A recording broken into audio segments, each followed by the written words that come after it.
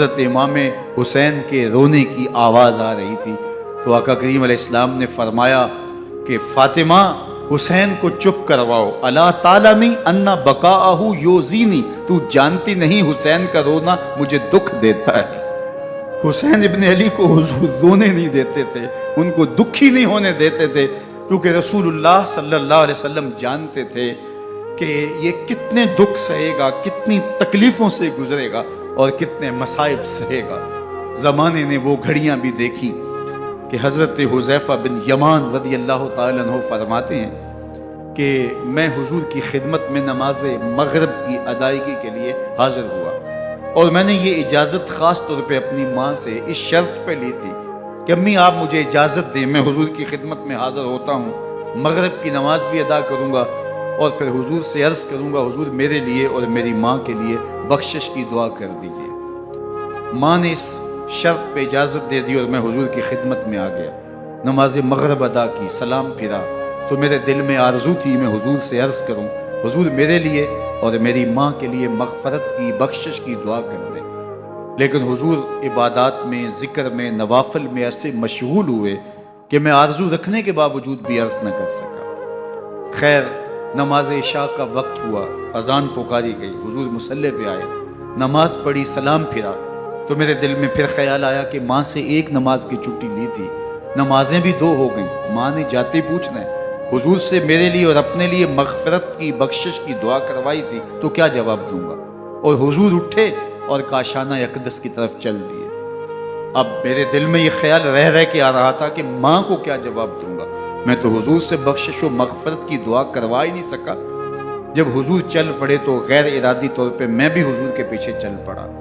چلنے میں تھوڑی سی رفتار تیز ہو گئی جس سے قدموں کی آہٹ پیدا ہوئی، تو جب آواز پیدا ہوئی تو حضور نے رخ پھیرے بغیر فرمایا من ھذا،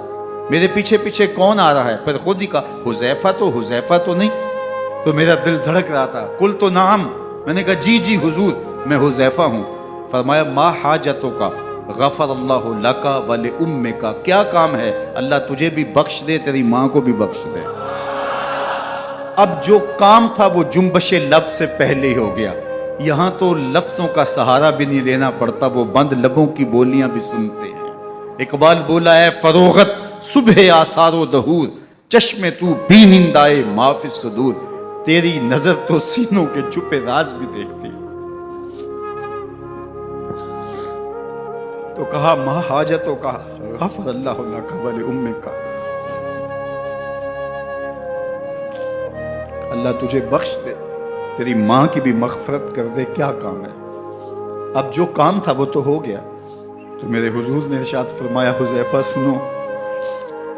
ابھی ایک فرشتہ آیا ہے جو اس سے قبل دھرتی پر پہلے کبھی نہیں آیا،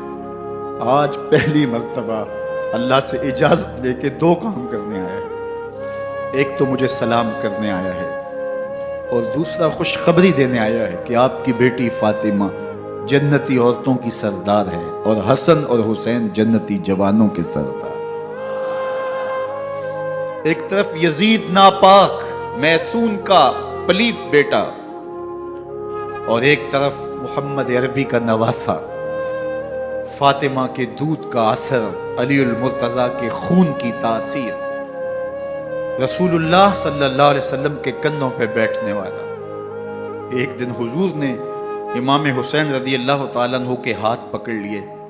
اور ان کے پاؤں اپنے پاؤں پہ رکھے اور پھر فرمایا بیٹے آگے بڑھو، اور ان کے پاؤں حضور کی پنڈلیوں پہ آئے، پھر کہا بیٹے اور آگے بڑھو، حتیٰ کہ ان کے پاؤں حضور کی رانوں پہ آئے، پھر فرمایا بیٹا اور آگے بڑھو، تو ان کے پاؤں حضور کے مبارک بطن اقدس پہ آئے، پھر بازوں کو کھینچ کے اپنے قریب کیا اور حسین ابن علی کے منہ میں اپنی زبان رکھ دی، اور وہ اس طرح چوس رہے تھے جس طرح کھجور چوسی جاتی ہے۔ تو اللہ کے محبوب علیہ السلام نے حسین ابن علی کو اپنی زبان کا لعاب دہن دے کر کے، وہ شیر رحمت دے کر کے، وہ کوثر و تسلیم سے پاکیزہ تر آب رحمت عطا کر کے ان کی ہمیشہ کے لیے پیاس بجھا دی، تاکہ کل کربلا کے تپتے ہوئے ریگزار میں حسین ابن علی کو پیاس کی شدت تنگ نہ کرے اور پائے استقلال میں لغزش نہ آنے پائے۔ ان نازوں سے پالے ہوئے حسین کو،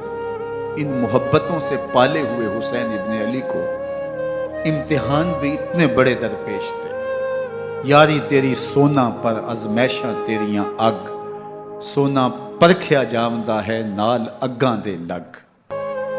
جتنا بڑا شخص ہوتا ہے اتنی آزمائشیں بھی بڑی ہوتی ہیں۔